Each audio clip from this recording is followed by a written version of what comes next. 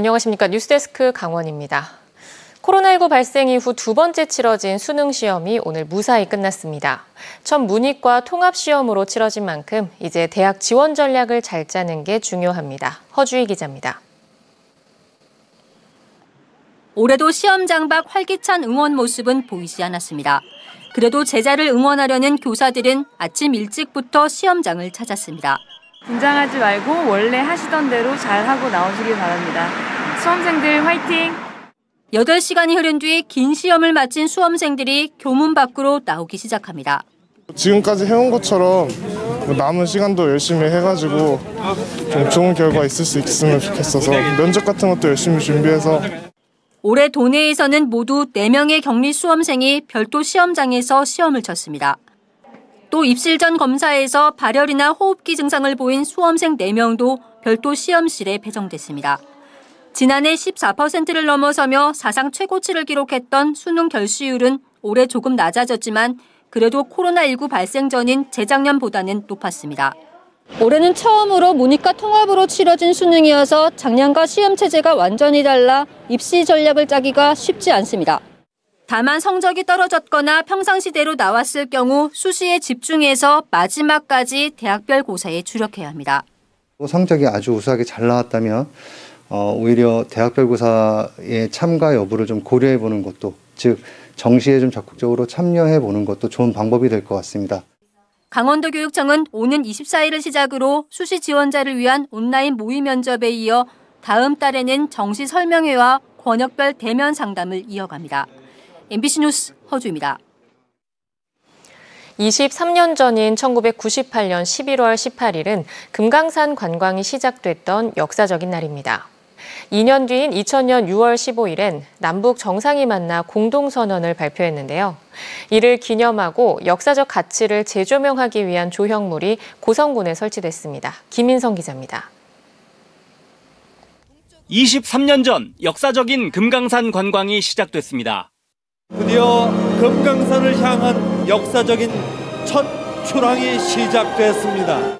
2년 뒤엔 남북 정상이 처음으로 만나 6.15 남북 공동선언을 발표했습니다.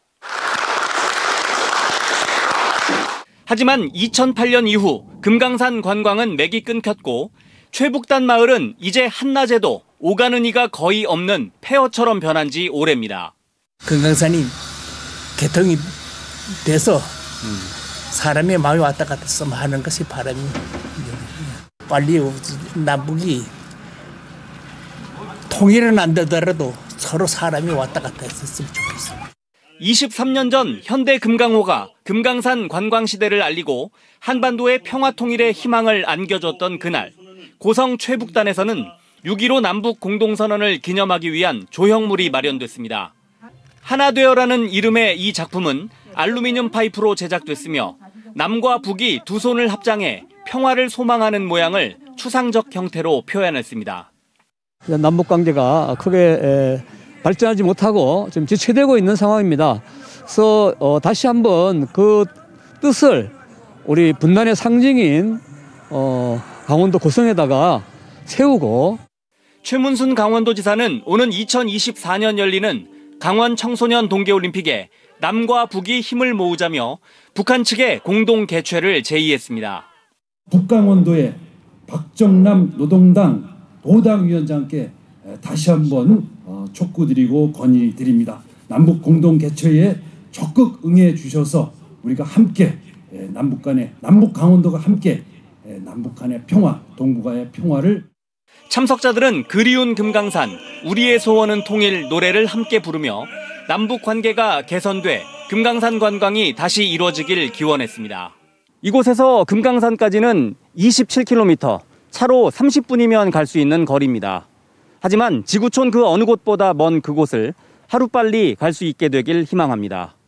MBC 뉴스 김인성입니다. 어제 강원도에 코로나19 1일 확진자가 역대 두 번째로 많이 발생한 가운데 오늘도 40명이 더 나왔습니다.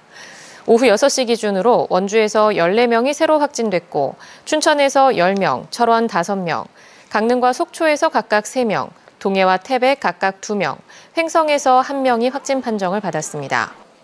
어제는 삼척에서 한 교회를 매개로 확진자가 늘면서 9명이 나오는 등 도내 11개 시군에서 62명이 확진됐습니다. 도내 누적 확진자 수는 7,852명입니다. 국토교통부와 권역별 지자체가 공동 수립한 해안권 내륙권 발전 종합계획에 따라 강원도가 2030년까지 3개 권역에 9조 원을 투자합니다. 투자 권역은 홍천과 인제 등 백두대간권, 원주와 횡성 등 내륙 첨단 산업권, 강릉과 속초 등 동해안권입니다. 백두대간권에는 국도 31호선 개량 사업 등이 반영됐고, 내륙 첨단 산업권은 초소형 전기차 부품 개발 사업이, 동해안권은 액화수소 클러스터 조성 사업 등이 진행되고 있습니다. 제주도에서 내국인 출입이 가능한 관광객 전용 카지노 도입을 검토하고 있다는 소식이 알려지자 폐광 지역 주민단체가 반발하고 있습니다. 정선군 고한사북 남면 신동지역 살리기 공동추진위원회는 보도자료를 통해 제주도가 일부 시민단체의 반대에도 불구하고 도민을 제외한 내국인 출입이 가능한 오픈 카지노를 만들겠다는 용역 결과를 내놓은 것에 대해 강하게 비판했습니다. 더불어민주당 강원도당과 국민의힘 강원도당도 폐광 지역 주민들의 생존권을 위협하는 제주 오픈 카지노 도입을 반대한다며 즉각 철회를 촉구했습니다. 내년 전국 동시 지방선거를 앞두고 강릉 지역 일부 지역구의 인구가 기준을 충족하지 못하고 있어 조정 방안에 관심이 쏠리고 있습니다. 강릉시 의회에 따르면 도의원 제2선거구는 의원 1인당 상한선인 56,274명에서 764명을 초과하고 있고, 시의원 가선거구는 하한선인 6,667명에서 1,020명이 미달한 상태입니다. 강릉시의회는 강릉시 전체 면적의 절반을 차지하는 시의원 가선거구는 인구수만을 기준으로 하면 다른 선거구에서 한 곳을 떼와야 한다며 지역 특수성을 고려하는 방안이 필요하다고 밝혔습니다. 강원FC 사령탑에 선임된 최용수 감독이 1부 리그 강등 위기를 선수들과 함께 극복하겠다고 밝혔습니다. 최용수 감독은 오늘 도청에서 열린 기자회견에서 강원FC 선수들의 장점을 살리고 단점은 보완해 이기는 경기를 하겠다고 말했습니다. 다만 지난 16번의 경기에서 역전승은 단 한 번에 불과하다며 선수들의 정신력을 강조했습니다. 현재 강원FC는 K리그1 11위로 남은 2경기 결과에 따라 2부 리그로 강등될 수 있는 위기에 처해 있습니다. 강원 뉴스 마칩니다. 시청해주신 여러분 고맙습니다.